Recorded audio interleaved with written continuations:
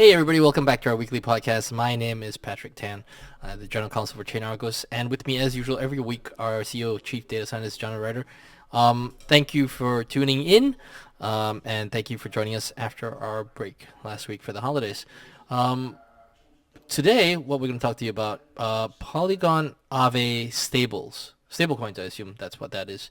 And then we'll talk about Coinbase, the Coinbase, technically just-in-sun adjacent, Coinbase Bit Global beef that may or may not involve just-in-sun, depends. But it's definitely involving him in an adjacent way. So, and then finally, El Salvador's and the IMF's demands on that country, which is long Bitcoin, short on meeting its current obligations. So let's talk about Polygon's AAVE stables. I have no idea what that is. So John, you would give us the lowdown. So the proposal was put out there by some Polygon team, whatever, people, Polygon adjacent people to deploy the about $1 billion in stablecoins in USDC, USDT, and DAI in the bridge that they apparently, at least partially control if they're talking about deploying them into AAVE to earn some yield, because I think the exact sentence was, the phrase was roughly, it's one of the largest idle pools of stablecoins not earning anything.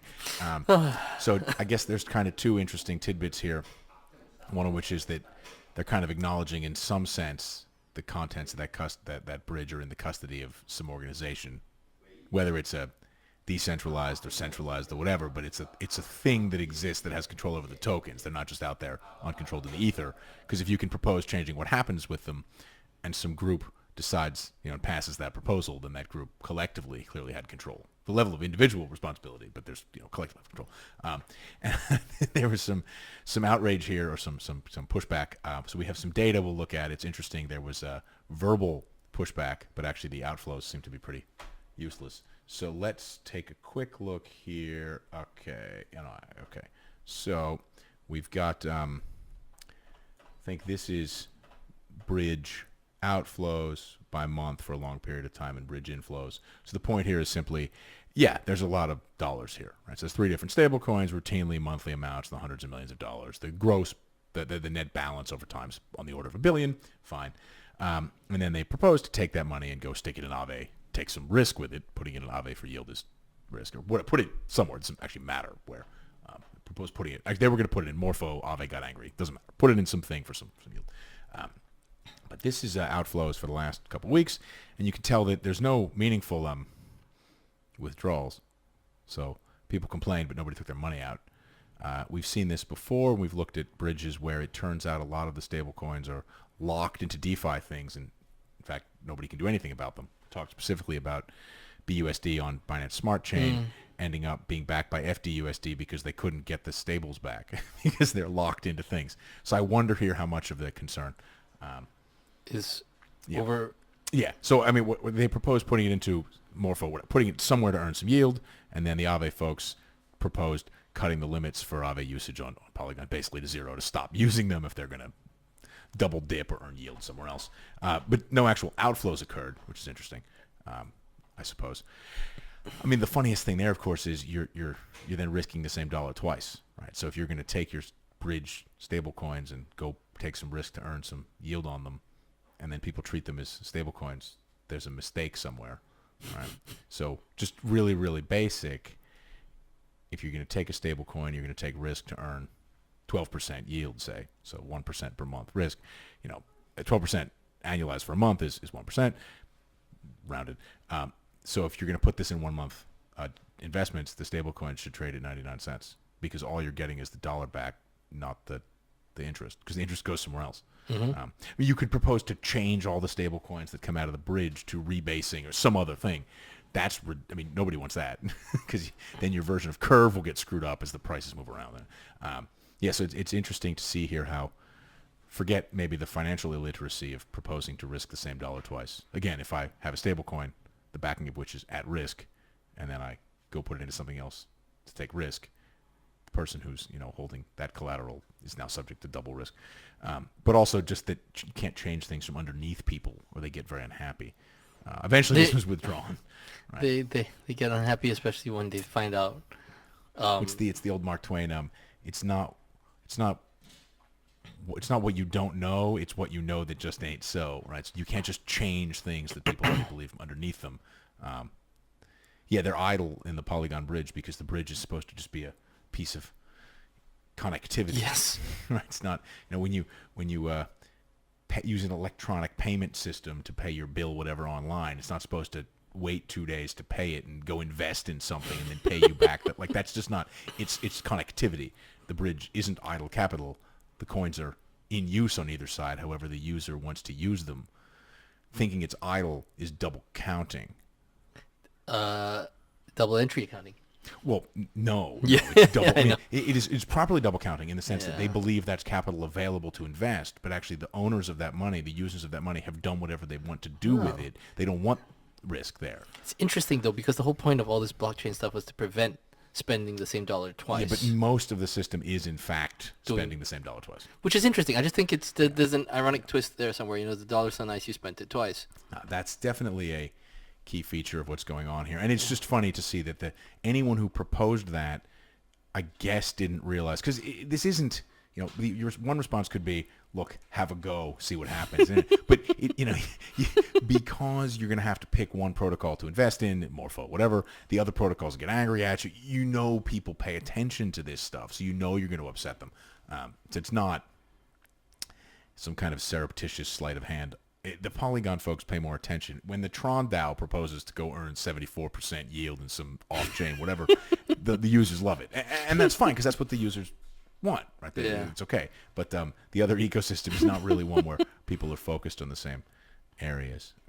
Staked USDT was popular on certain areas and not others, and maybe read the room. In fact, read the room is a good lead into the next thing here. In this one, BitGo, Bit Global Digital Limited is suing Coinbase Global for delisting their wrap BTC product, WBTC. They allege interesting approach and quite an enjoyable complaint as well to read. So the law firm representing Bit Global, the supposedly Justin Sun side of things, is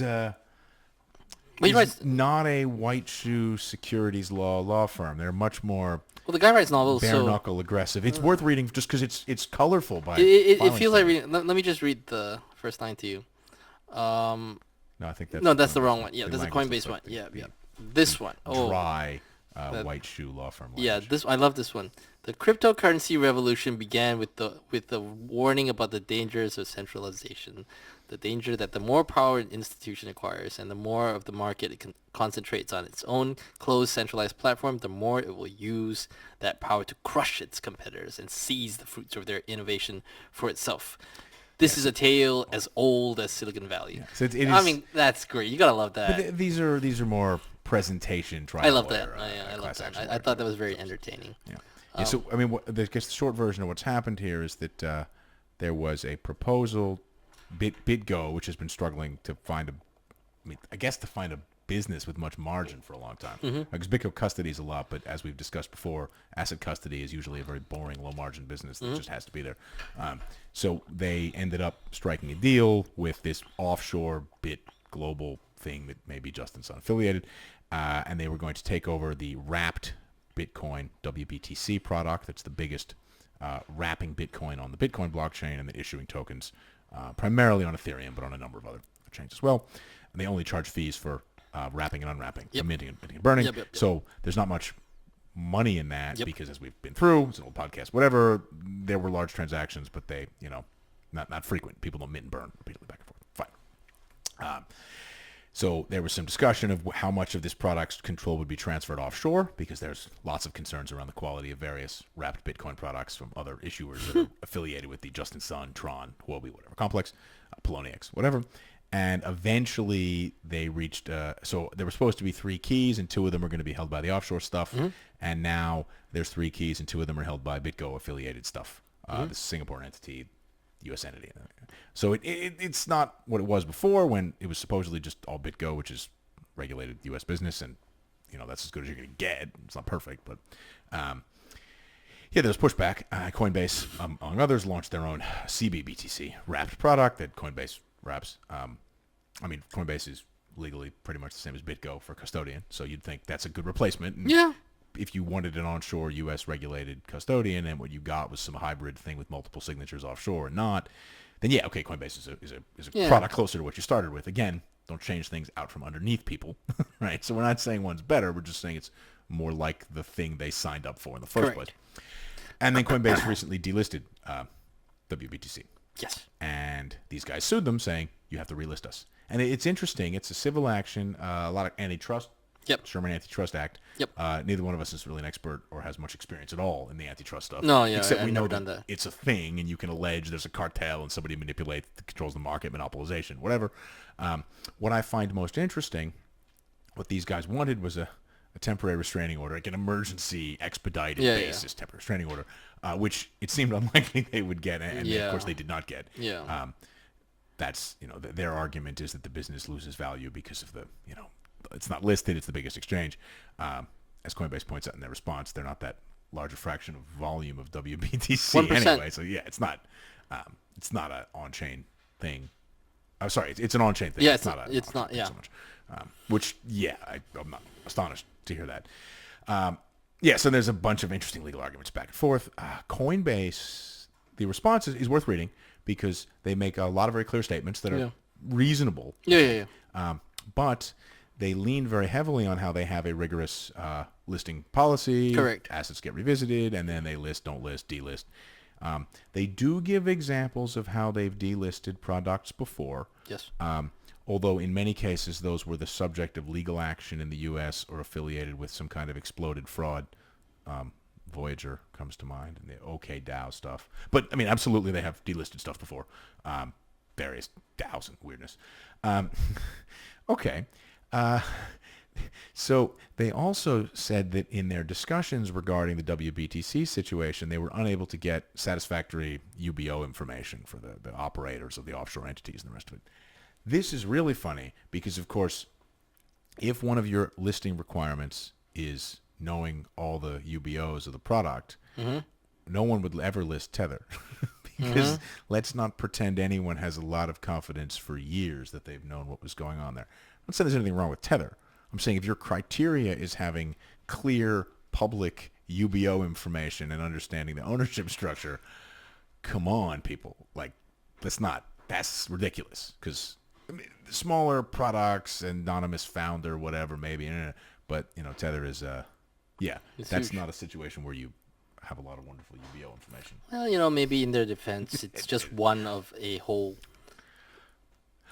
range of... And they lean heavily on how there's a process. I do think if this proceeds at all, I know the judge has refused to issue the TRO, which is of course totally unsurprising. That makes sense. But you can sue somebody for monopoly behavior and go for a while, and there's no way it's getting dismissed with prejudice. So fair enough. I do wonder if they'll be required to produce documentation of some of those meetings in which they made these decisions, given that they've previously told the government, the court, repeatedly that they have a procedure and the procedure is effectively flawless and everything that they say is not a security. One of the requirements they mention is they don't list things securities. They test their securities. They also look at economic stability, ownership, control, whatever. So it'll be interesting if they have to actually produce notes of that process, if those notes are consistent with their previous statements. We're not saying they don't have a process. We're just saying they've made statements in different areas that don't really seem to line up exactly. So maybe there's just some process we don't fully understand. But if they have a meeting in which do we have UBO information and the answer is either yes or no, and then they reject it sometimes but accept it others, you do kind of have to question what this process is about. But I mean, knowing it's owned by, say you just know it's owned by Justin. Yeah. That is, there's risk associated with that. This is an actor who's got a history of stuff that's got to be better than it. We don't have no idea who owns it. It's these dudes in the Caribbean, and we know who some of them are. Like, this is not necessarily meant as a compliment towards Justin Sun, but if you own 100% of a product, I consider that safer than it's owned by some dudes I'm not really sure who they are. Because it's just... That's worse. No clue who they are, right? Yeah. Knowing the person's got to be better than having no clue. Yes. Here's 6 dudes. We think there's a couple of other people. Nobody knows exactly. Spin the wheel, right? I thought that was interesting. So, we don't have data on that one because we previously looked at the size of the flows of these things, and frankly, rapid Bitcoin flows are not very exciting because they're pretty stable. El Salvador IMF. Okay, so El Salvador, famous Bitcoin adopting nation in Central America, has reached a provisional deal with the IMF. So what we're going to look at here, the IMF's got a couple of conditions that have been discussed a bit, sort of Bitcoin related. And what's interesting is to see what El Salvador's backtracking on, and then what the macroeconomics of the situation are that requires them to talk to the IMF in the first place. Yep. Right.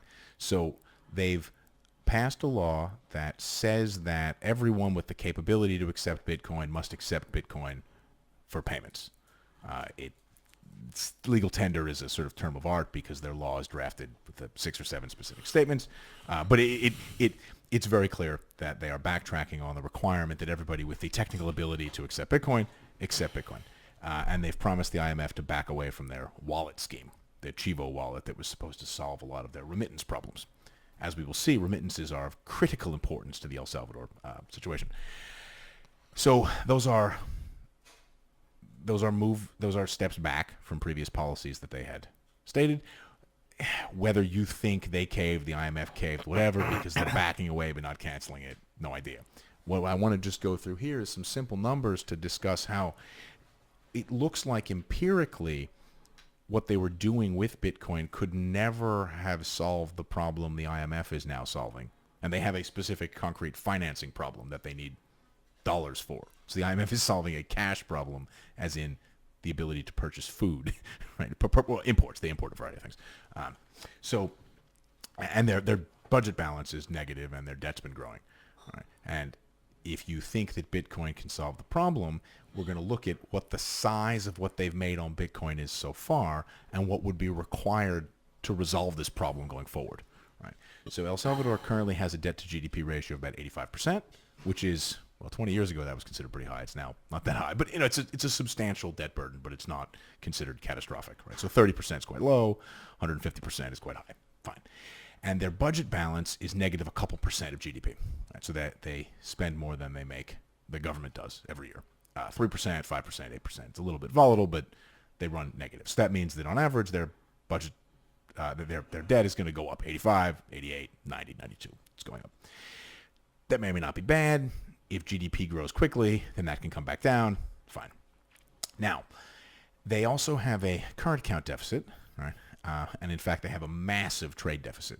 So they import something like 50% of GDP and export something like 25% of GDP. And the difference is made up by remittances, right? So this is money sent back from overseas workers, primarily in the United States. Were it not for those remittances, the economy would collapse. Right? You can't have a 25% trade deficit year after year and a budget deficit, not have your own currency. They literally would not be able to pay for food. Right? The buffer for that is central bank reserves, and the central bank has something like 10% of GDP reserves. Right? So they can, generically that means they can pay for 6 months of food imports and energy, the stuff they import, and then they'll run out of money, and the economy will, like, proper hard collapse. You can't, if they import a whole bunch of stuff, don't export that much stuff, and run out of foreign currency, things will just stop. Like, just stop. Mm-hmm. Can't buy machinery, can't. Okay. So what they need is keep the remittances flowing, increase the remittances, and both their banking system and their central bank don't really have what are considered sufficient reserves in case there's a problem, right? A pile of cash they can use to swing short-term financing of imports, those kinds of things. So now they've made, something like $350 million on their Bitcoin. Okay. So their GDP is $30 billion, right, on the order of. So they've made 1% of GDP on their Bitcoin holdings. So if they just took their profits right now and used that money to finance the problem, it wouldn't even cover half of 1 year's budget shortfall, right? And it would not meaningfully increase their FX reserves, and it wouldn't even come close to making a dent in the amount of remittance inflow that they require to run the economy, right? So whether or not you think what they did with Bitcoin was good or bad, it certainly wasn't large enough in dollar terms to fix the problem, right? Even if they'd made 10 times as much money, right, that would not have been enough to resolve this problem.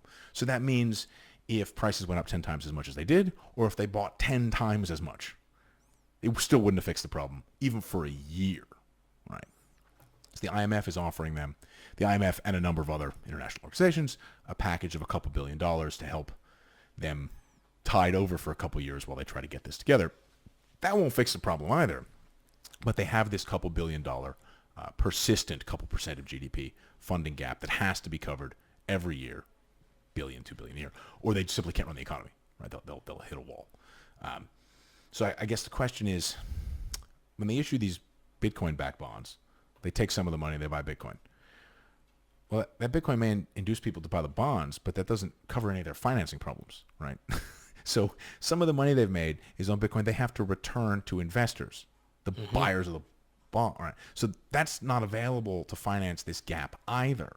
Right? So what they would have needed to do, what they would need to do to fix this problem with Bitcoin is to borrow a whole bunch of money, buy a whole bunch of Bitcoin, and have it go up so much that they can sell incremental amounts to cover their funding gap.